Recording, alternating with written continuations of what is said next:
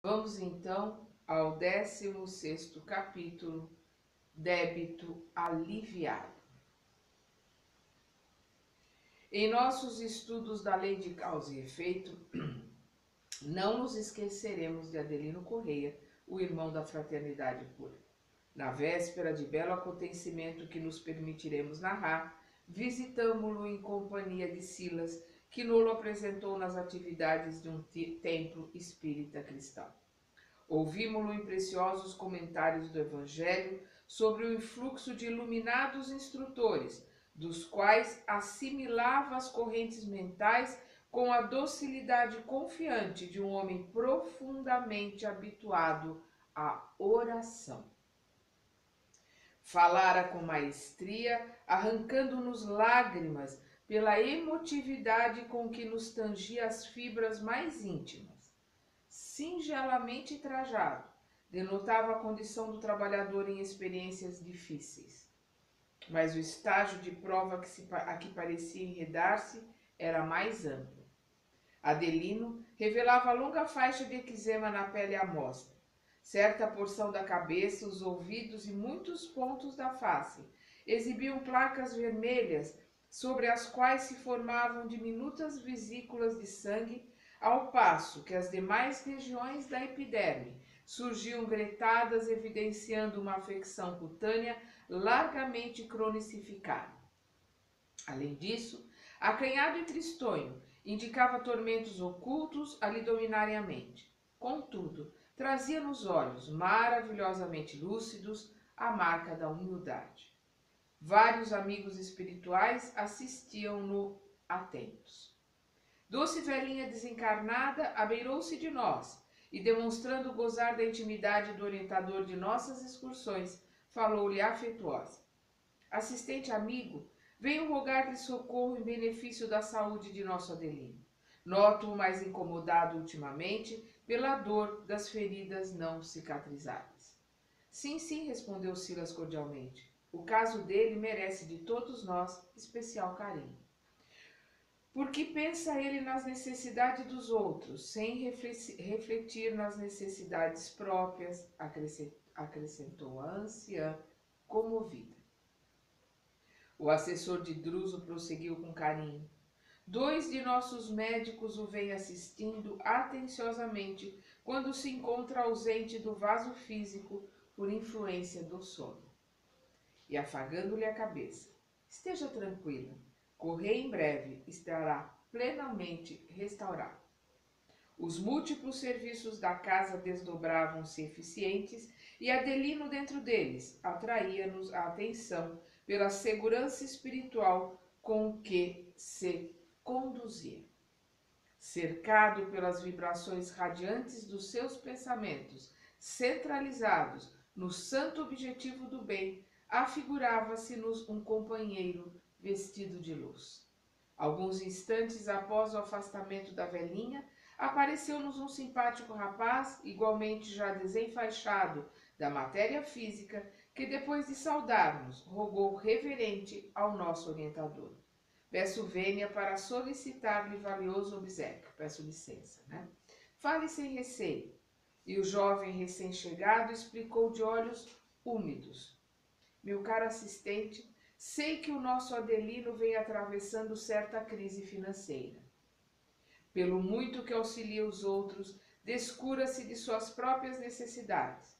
Pelo amparo que lhe oferece constantemente a minha pobre mãe encarnada, insisto no apoio de sua amizade para que seja favorecido.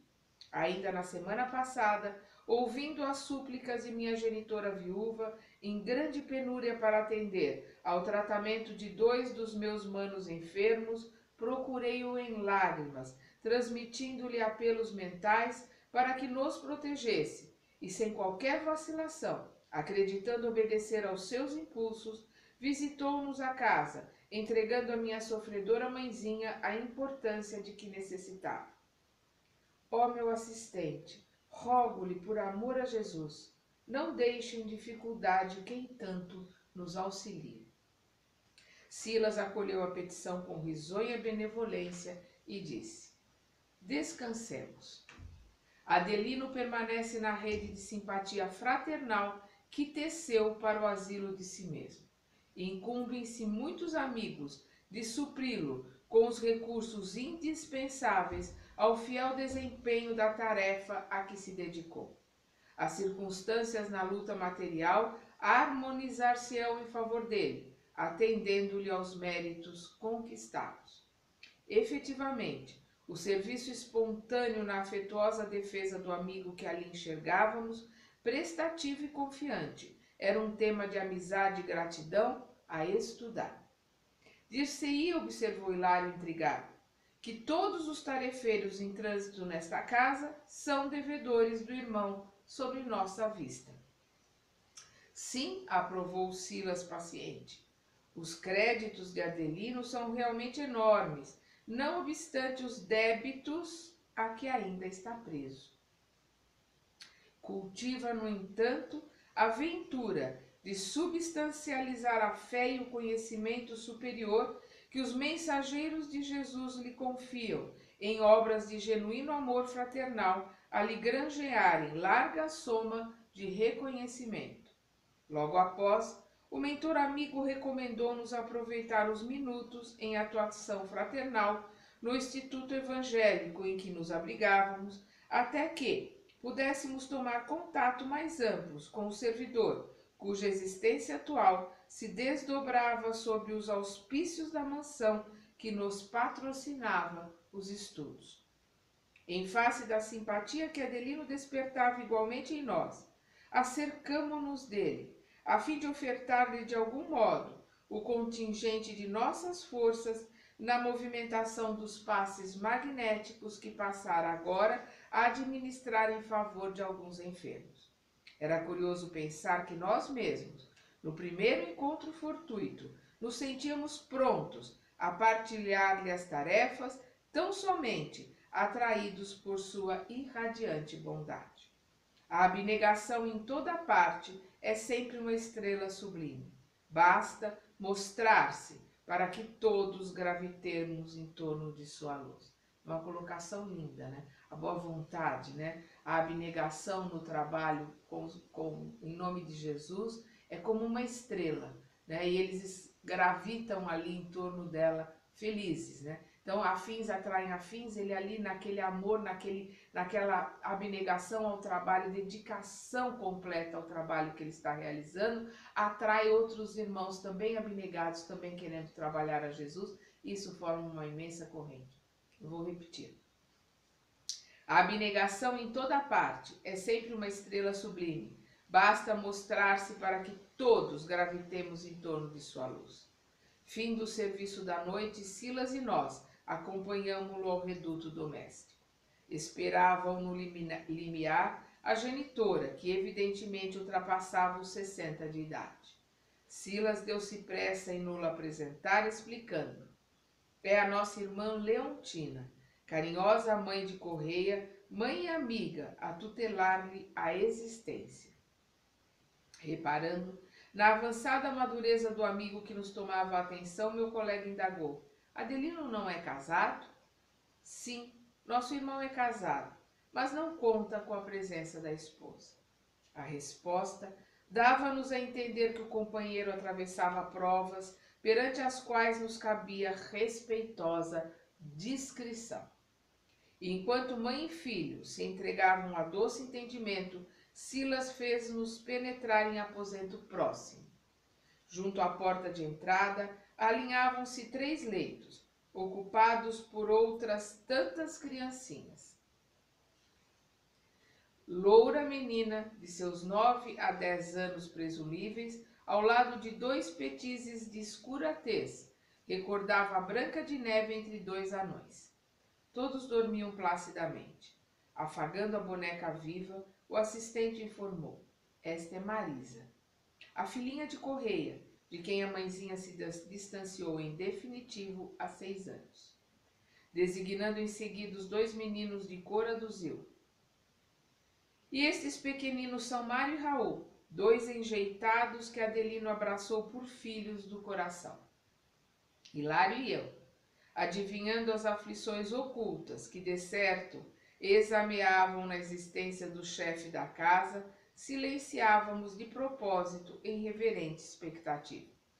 Entendendo-nos a atitude, Silas passou a falar-nos mais longamente, aclarando.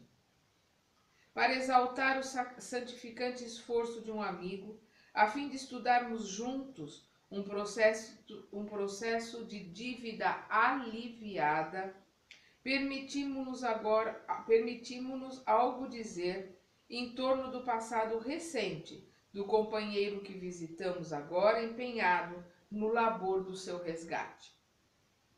Qual se quisesse centralizar os recursos da memória, emudeceu por instantes e finalmente continuou. Em meados do século precedente, Adelino era filho bastardo de um jovem muito rico que o recebeu das mãos da genitora escrava que desencarnou ao trazê-lo à luz. Martim Gaspar, o moço afazendado que lhe foi o pai solteiro, era homem de coração enrijecido, muito cedo acostumado ao orgulho tiranizante em face da incúria do lar em que nascera. Abusava das donzelas cativas a seu talante e em muitas ocasiões vendeu-as com os próprios filhos recém-natos, para lhes não ouvir os choros e petitórios. Temido na casa grande da qual se fizera absoluto senhor, por morte do velho pai, que em vão buscara tardiamente controlar-lhe os instintos, sabia usar o tronco e o chicote sem qualquer compaixão. Era execrado pela maioria dos servos e bajulado de quantos lhe obtinham os favores a troco de lisonja servil. Entretanto, para o filho Martim, o mesmo Adelino de agora, a sua ternura e dedicação não mostravam limites. Inexplicavelmente para ele mesmo, amava-o com desvelado enternecimento, a ponto de providenciar-lhe educação esmerada na própria fazenda. Entre pai e filho, estabeleceram-se dessa forma os mais santos laços afetivos. Eram companheiros inseparáveis nos jogos e nos estudos, no serviço e na caça. Foi assim que Gaspar, não obstante cruel para com os outros rebentos da própria carne, nas senzalas sofredoras, não hesitou em legitimá-lo como filho perante as autoridades do tempo, tornando-o partícipe de seu nome e de sua herança. Pai e filho contavam respectivamente 43 e 21 anos de idade, quando Gaspar, embora solteirão amadurecido, resolveu casar-se em grande metrópole, desposando Maria Emília, leviana jovem de 20 primaveras, que trazida a grande casa rural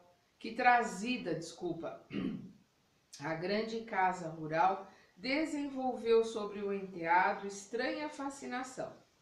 Martim, extremamente amado pelo genitor, atraído agora para os encantos feminis da madrasta, passou a experimentar torturantes conflitos sentimentais.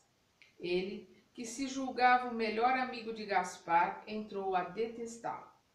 Não lhe tolerava a posse sobre a mulher que desejava, sabendo-se por ela ardentemente querido, porquanto Maria Emília, pretextando essa ou aquela necessidade, sabia isolá-lo em viagens diversas, nas quais lhe exacerbava a afeição juvenil. Ambos souberam furtar-se a qualquer desconfiança e, totalmente entregue à paixão que o requestava, o jovem Martim, desprevenido, planejou o medonho parricídio em que se enliçou desventurado. Sabendo o genitor acamado em tratamento do fígado enfermo, tomou a cooperação de 2 capatazes de sua inteira confiança, Antônio e Lucídio, igualmente verdugos de meninas cativas, e certa noite administrou-lhe uma poção entorpecente com a aprovação da madrasta. Tão logo se pôs o doente a dormir, coadjuvado pelos 2 cúmplices que odiavam o patrão, espalhou substâncias resinosas no leito paterno, similando logo após o incêndio no qual o mísero Gaspar, em horríveis padecimentos, se ausentou do corpo. Conduzido o pai ao sepulcro e apoderando-se-lhe dos haveres, tentou a felicidade ao pé de Maria Emília. Todavia, o genitor desencarnado, a inflamar-se em cólera, envolveu-o em nuvens de fluidos inflamados, contra os quais o infeliz não possuía defesa. Apegando-se ao afeto da companheira, Martim procurou anestesiar a consciência e esquecer. Confiou a fazenda aos cuidados de ambos os cúmplices do tenebroso delito e, arrimando-se à companhia da mulher, demandou a Europa em busca de repouso e distração. Tudo, porém, debalde. Ao fim de 5 anos de resistência, tombou integralmente vencido sobre o jugo do espírito paternal que o cercava incessantemente, apesar de invisível. Abriu-se-lhe a pele em chaga, como se chamas ocultas o requeimassem.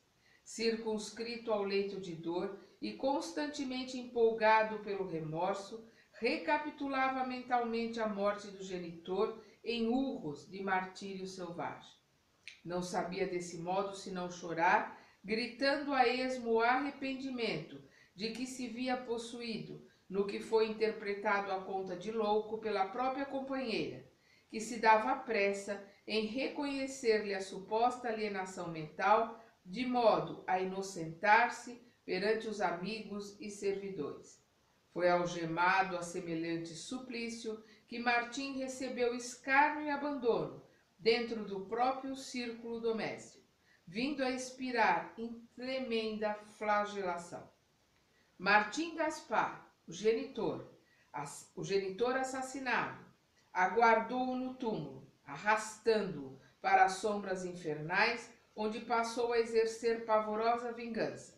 O desditoso filho desencarnado sofreu terríveis humilhações e indescritíveis tormentos durante 11 anos sucessivos, em cárceres de treva, até que, amparado por mensageiros de Jesus que lhe promoveram o resgate, ingressou em nosso instituto, ao que fui informado em lamentável situação.